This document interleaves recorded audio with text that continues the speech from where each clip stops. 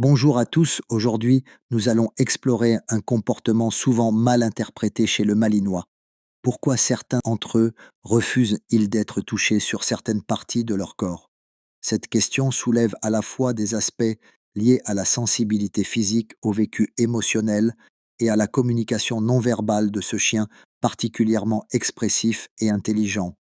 Il faut d'abord comprendre que le Malinois est une race dotée d'une perception sensorielle fine. Sa peau, ses nerfs, sa structure corporelle sont faits pour percevoir de manière très détaillée ce qui se passe autour de lui. Cela en fait un excellent chien de travail, mais également un individu qui peut réagir de manière disproportionnée à certaines stimulations. Un Malinois qui évite ou refuse le contact sur des zones précises n'est pas nécessairement craintif ou agressif. Il peut se agir d'une gêne, une douleur ou d'une expérience antérieure négative.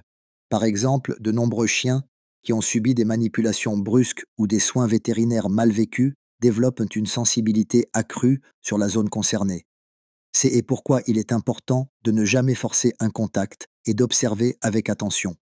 Le langage corporel du chien, oreille en arrière-queue entre les jambes, respiration accélérée, détournement du regard, sont autant de signes indiquant un malaise dans ce contexte.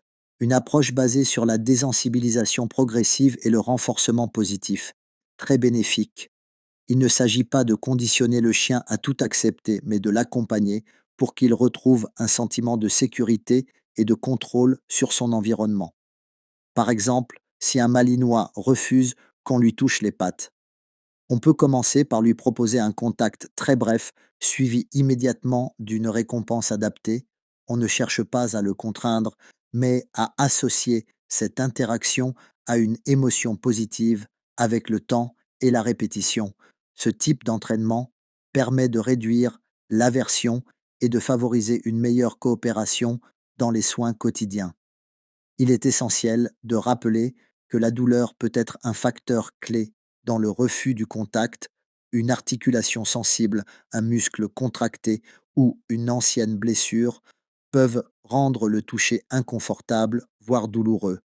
Dans ce cas, une consultation vétérinaire avant toute tentative d'éducation. Il est également capital de prendre en compte la mémoire émotionnelle du Malinois. Certains individus ayant vécu des expériences traumatisantes développent une forme de anticipation négative dès qu'une main approche de la zone sensible. Cela peut devenir un réflexe défensif qui n'a plus rien à voir avec une douleur physique, mais avec une peur profondément ancrée pour ces chiens. Un travail de reconstruction de la confiance est souvent nécessaire et peut prendre du temps. Le soutien d'un éducateur canin comportementaliste formé à éthologie est alors recommandé. Attention à ne pas utiliser des méthodes dites traditionnelles ou coercitives qui aggraveraient le problème et ancreraient le comportement de rejet dans la durée. Pour éviter cela, il est conseillé d'instaurer des rituels positifs autour du soin du toilettage et du contact corporel.